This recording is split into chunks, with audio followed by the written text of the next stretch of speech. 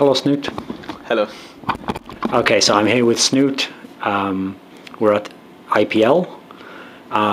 First of all, can you just explain what's the reason why you got to start in this tournament so far along compared to everyone else? Just for anyone who doesn't know the story. Yeah, I placed first in the European regional qualifier, and those who won in the regional qualifiers, they got a really high seed. So yeah, they had the regionals and they had so-called satellites. So yeah, I was lucky to win the regional qualifier. Aside from the fact you're going to benefit from it, what do you think of that sort of tournament structure? Because obviously some very, very good players had to start in round one here, and maybe they had a really hard bracket, but you get to start, you know, like I think in the last 30-something or something players, so you've got a pretty good advantage. What do you think of that kind of structure? I think the advantage from winning the regional is a bit too strong. Like, the seed sends you way too far out in the bracket, and the way you qualified was pretty much the same. In the regional qualifier, it was a single tournament with a single elimination bracket. So, and the satellites were arranged or hosted in the same way, I believe. So it was the same amount of effort to get to, you know, different places. So I think the seed, at the very least, is a little bit too powerful, and perhaps perhaps having like ranked qualifiers, for example, multiple ranked qualifiers would be better. But I don't know. This is how they did it, and I won the regional, so that's good for me. Do you feel any pressure in the sense that, I mean, you're getting to start so far in, and as a result, your first official game won't be until you play someone really good, whereas everyone else who's made it to that stage of the tournament has to have beaten a few people, they've gotten a rhythm maybe? Is that a concern for you at all? Not really. I mean, everyone knows that the regional winners got the high seeds, and that's just how it is. So, yeah, I don't really think about it. But I mean, you're not concerned about the fact that you haven't warmed up necessarily or played any games yet? No. Okay, in the regional qualifier, did you beat any big names? Is there anyone notable to mention? Yeah, I guess Slivko, Happy, Kaz, and Mana in the finals. So I did beat a fair share of European players. So in your part of the bracket here, in the upper, who were the big names before it was played out? Like, who were the ones? I mean, Violet, Bogus, who else was there? I don't remember the brackets right now, unfortunately. Okay. But there were some good names. Like, everyone here are really good. So you were just waiting to see the result of Violet versus Bogus. What did you think of the way that played out? Like, which player did you want, and what, like, was the one you were pulling to win? I was hoping for Innovation or Bogus to win, because my CVT has been quite strong recently, a lot stronger than my CVC. I did decent in CVC at Dreamhack as well. I beat Stefano, and that was good. And I also did some really good CVC in the open bracket. But I still think that Bogus would have been an easier player for me to meet. So I was hoping that he would win. But meeting Violet is not too much of a difference. I think he's slightly better, and it's slightly less favorable for me. But, yeah. What do you think of Violet ZBZ? Like, are you very familiar with it? Have you ever? I don't think you've played him before. Have you ever watched his games before on ZBZ? We haven't really played a lot of official matches. I played him once in like a online tournament 4 or 5 months ago, and I beat him 3-0. But apart from that, we haven't really played a lot. But I've seen his CVC, and it seems really well-rounded, really stable, solid, and strong. So it's going to be a nice challenge. Okay, so before this tournament, what people would probably call your breakout tournament was this Dreamhack Winter. Am I right in thinking you came out of the BYOC? Yeah. Okay, so did you have any big names who you beat in the BYOC? I had to beat Nama, Norgrim. Norgrim had also beat Juktu. Ah, okay. And yeah, there was some more. It wasn't exactly... I got in the worst BYOC bracket. Like, everyone was stacked in the worst quarter bracket. So yeah. So the group you got put into was the one with Stefano, who else? Teja, STC, Elfie, and Fryer. I mean, you could make a case that's like one of the hardest groups. Did you feel this way going into it? I think it was one of the hardest groups. Definitely the other groups would have been easier. but I just looked at it as a challenge, and I got second place. So. What did you actually think of the format? Because DreamHack had this unusual format where the groups played all of their games on the first day, and then whoever came out of the BYOC just played everyone in a row, like 5 games in a row, basically. And so in some of the groups, that meant actually the BYOC guy got out. Like you got out, I think No Feast got out as well. So in some groups, maybe it was favourable. Like what did you think of that in terms of for you personally and as a general structure? Is it good? For me as a BYOC player, it was really good. It meant that I could play all of my matches at once. The next day, or instead of having to wait and wait and wait. But I think for the other players, it's probably not that cool to, have to play early in the morning and then play one game and then have to wait a long time. So yeah. But for me, it was really good. I liked it. Who did you play in the first round of the playoffs? TLO. TLO, okay. Yeah. What did you think of his level? Because I mean, obviously, he's a very famous player, but his results haven't really been great that long, most recently. I think he's doing okay. I mean, I've played him a lot online, and I've usually been favored against him. So I just felt confident, and I knew that I could beat him. He plays quite aggressive, so I simply, in most of the games, I tried to play a bit passive and defensive, and then go on the counter attack. And yeah, it worked out really well. And then after that, it was who? Hero. That was on the third day. Ah, okay. So what happened against Hero then? Obviously a huge name, and he won the tournament itself. Yeah. I wasn't really... I tried my best in the first game, and I was really tired. Like during all of DreamHack, I wasn't really feeling that good. I had a fever a few days before. And in the third day, after losing my first match against Hero, when I really tried, but I made some quite bad mistakes.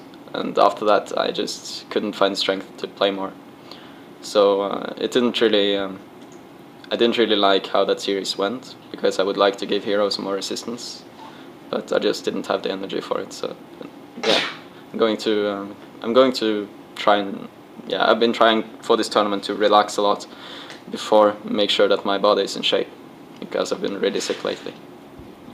What did you think of Hero's PVZ? Because on one hand, people will say he's really, really good in that matchup, but then sometimes he'll just lose irrationally. Like he lost to Sen, I think, at the Blizzard thing. How good was it to be like when you were on the receiving end of it? Like how difficult is he to play? What strengths did he have? It's difficult to answer. He seems like a fairly typical Protoss player. I didn't really sense much of a difference from him and European Protosses on the ladder. Give us an example of someone who could be a reference point. I don't know, like Titan, Freyr. Okay. Some different top European Protosses players. Monchi is another example. Like players that sometimes can play solid macro, but also do all-ins. So the games were too one-sided. I just got crushed because so I don't really have a lot of feel about how he played. But in our first game, then I think he played slightly risky, and it seemed like sometimes you can catch him off position. But he did a great job of kind of coming back and took some really good engagements. But I think it depends on his shape. Like sometimes he seems to be really good, and sometimes he might be a bit off, get his army caught off guard. I don't know. But I think Hero knows the answer to that question better than me. But I think he seems like a fairly solid Protoss. I wish I can play him some more.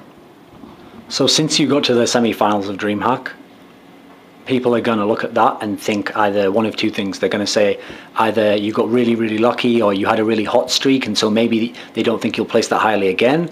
Or they'll say like, maybe this was like the tournament where he proved that he's going to be a top player. Now we'll see like he's going to be placed really highly at all the future tournaments. Like from your own sense of where you are as a player ranked in Europe or the world or whatever, where do you sense that you are in how things break out at the moment? I think I'm just another top high European Grandmaster Zerg. Can you give me like examples of other people who you think are like around your level? Like who do you think are your peers? Well, like Stefano, Vortex. Who else? I mean, there are so many good Zergs in Europe. Nerchio? Nerchio, definitely. I mean, those are a bit above me, so I'm like right below those guys, below Stefano, below Vortex, and definitely below Nurture. But I can take games off of them, and I can also beat opponents that they cannot beat sometimes. So there is some ups and downs. I took a game off of Teja and had a far more close series than Nurture had. But on the flip side, Nurture completely crushed Mana, for example, and had some really strong CVP, whereas I just got stomped by Hero, you know. We have our different strengths and weaknesses. Like Stefano's CVC is not so strong. I think Nurture and Vortex right now have some of the best CVC in the scene. So yeah, I think still, like, overall I'm a little bit behind those guys, behind Violet, behind Stefano, but it doesn't really matter. So before Dreamhack, the other biggest result would have been coming second at Campus Party Europe, which actually, in terms of like prize money and some of the players, was a pretty decent tournament, but it kind of went under the radar a bit, I think. The only person you lost to at this tournament was Supernova, who won the tournament. So what do you think of Supernova's TVZ, and were you already at that tournament, like at the level that you're at now, or was there somewhere to go? What do you think? I'm a lot better now than I was at Campus Party, especially in TVC. I played a really monotone style, like just Ling Bling Mira, and it didn't really work out, and I was far worse against mech play than I am now. So I've learned a lot of things. After I lost to Supernova, that really helped me get on track in the TVC matchup. And I'm sorry, I forgot. What do you think of his TVZ? I mean, he's quite famous for like his mech builds and stuff. What do you think of him? It's absolutely caught me off guard. I think he has some really strong mech TVC, but I would also like to play him today and get a second chance. Okay. Because I'm not sure if it is that strong anymore. If the Zerg player knows what to do, I just couldn't deal with it when I played him. So you haven't been to that many tournaments in the West. You've been to a bunch in Europe, though not necessarily the hugest ones. You haven't been to Korea at all. Are there any players who you can think of who are top names who you'd like to face who you never had the chance to at the moment? Any Korean Terran. I like to play Korean Terrans. Is there one who springs to mind that would be cool to play? I would like to play Teja again to get my revenge from Dreamhack. That would be cool. And apart from that, just any other Korean Terran would be cool. And also, I'd also like to play the Korean Zergs, although I think I would lose to them. Okay. But yeah, I think I could do quite well against Korean Terrans, and it would be good practice. So since you're here at IPL, people are going to wonder, like, is Snute going to try and come to MLGs, all the IPLs in America, and then they're also going to wonder, like they say about every foreigner, like, will he go to Korea? Will he try and live there for a month? Or will you try any of these two things? I've been to Korea a few times. I was there once for a few weeks with a vacation with a friend that was going on vacation. So I played a bit in the PC banks there and got some practice on the Korean ladder. What did you think of it? No, it was good. I mean, was it as good as people build it up to be? No, there are some misconceptions about practicing on the Korean ladder. Like what? People think that it's going to turn you into a genius, or that, you know, if you go to Korea, then you're going to come back and be like super Gosu. But it's more about, you know, how you improve your play in general. The only thing different about the Korean ladder is that there are more Terrans, more good Terrans, and there are the level is slightly higher than it is in Europe, like on average. So you face a lot of more resistance, but apart from that, it's just the same way to practice. I mean, it's ladder, and ladder is ladder. So will you go back there again in future? I hope so, but it depends on my plans. Like, I wanted to go there and compete in the GSL, but things are changing so fast right now, and I got a lot of tournaments to play in Europe coming up, so I have to attend those first, and I keep participating in these qualifiers, so I think I'm going to stay in Europe for a while. Okay, so since you're a Zerg who's had a bunch of his best placings in the last 6 months, an obvious topic that I have to ask every Zerg about, does even the concept of patch Zerg exist? Do you think it's even a real thing? It's just a term that's been used to describe Zergs that have been doing better since a recent time, and well, you have other players too that play Terran and Protoss that have been doing better since the recent times, but they don't get noticed for some reason.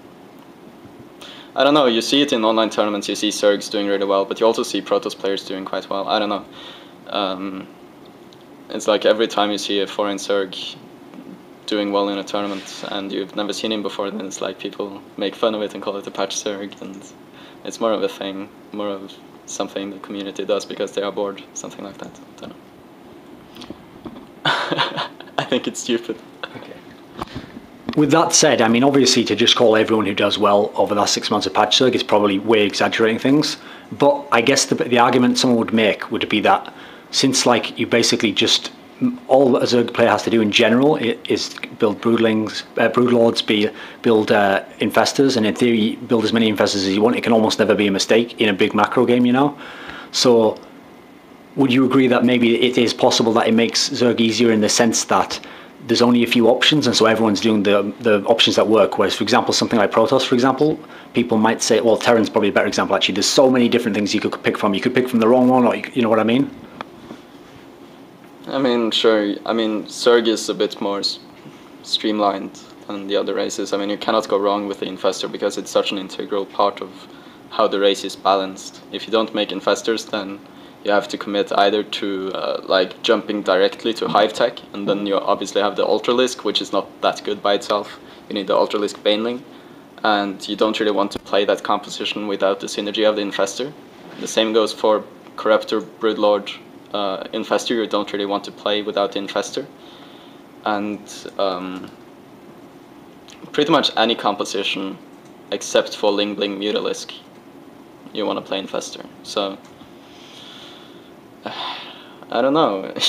In order to do well as Zerg, at some point you have to make Infestors, and that's just how the game works. Zerg is a lot balanced around that unit, so. But I guess to answer the question, sure, you can play against Protoss and be like, yeah, this game I'm going to aim for 4-base Spine, Infestor, and Broodlords, and that's going to be my game plan. And of course you can play like that, but I'm pretty sure that any Zerg that's tried this knows that it's not that simple. You have to be able to transition in certain ways. And even if you get to a point where you have 4 bases and 5 bases and you get to that stage, there's still a lot of things that good Protoss players can do to you in order to actually deny you from getting that death ball up and running. But it's definitely an easy way to approach CVP, for example, just make Infestors and camp and sit back, because it works well against a lot of different strategies. So yeah. Because the funny thing is, on the flip side, if people say that Zerg is so overpowered, they're going to say, well, we have to nerf something in Zerg. But I've heard from some quite high-level Zerg players, who I won't name here, they actually complain and try and claim that PvZ is actually Protoss dominated, because they say if the Protoss just does the Immortal All-In on certain maps, I mean, an obvious one would be in this tournament, Ohana, if they do it on that, then it's, I don't even know if it can be stopped. Like, there'd be very few examples of it being stopped, actually, even if the guy knows it's coming, you know. What do you think of this aspect, that the fact that Protoss does have its own very strong weapon in this one sense? And, I mean, can that build be stopped, for example? Of course it can be stopped. I don't think the Immortal All-In is invulnerable. We have seen countless examples of it being stopped in the GSL and in other tournaments. But we also see a lot of examples where it doesn't get stopped. But I think, I definitely think it's possible to stop it, and sure, it might be difficult, but it's not broken. So how do you think that affects the matchup then? That people are saying in the macro it's really Zerg favoured, but then if they do this all in, then it's really hard. How balanced do you think it is at the moment? I guess that's just how it is, and you need to play and ask the correct questions when you play, and scout accordingly, and make sure that you know what's coming. And of course, because of the way that this dynamic is right now, that either it's a 2-base all-in, or you have to play macro against the Protoss, you know, you kind of have to do a lot of the same things every single game, and you have to have the same response. Like, no matter what the Protoss is doing, you need to limit yourself to a few strategies that work if there's an Immortal All-In coming, or if there's a 3rd base coming, like the typical lair, double gas at 6, Evolution Chamber, Roach Warren, Roaches, speedlings and then trying to get infestors up on 3 base. That's just, that's just how the matchup works, and it's inevitable that it's going to be that way when the races are designed the way they are. Okay, my last question actually isn't about you as a player, it's about what chance do you think that the foreigner side has in the GSL World Championship thing when they play against the Korean side? I don't know. I haven't really been paying a lot of attention to that tournament and who qualified. I think it's going to be tough for the foreigners, but we also have, I think we have some of the strongest players that we have are in that lineup. So there's definitely a chance, but only time will tell. Okay, anyone you want to say thanks to, hello, these sorts of things? Thanks to my team, Gamers League, and our sponsors, SteelSeries and Mamos.no. I'm very happy for them, and yeah, shout outs to all my fans and those who have been following me since the early days. Tack. Tack.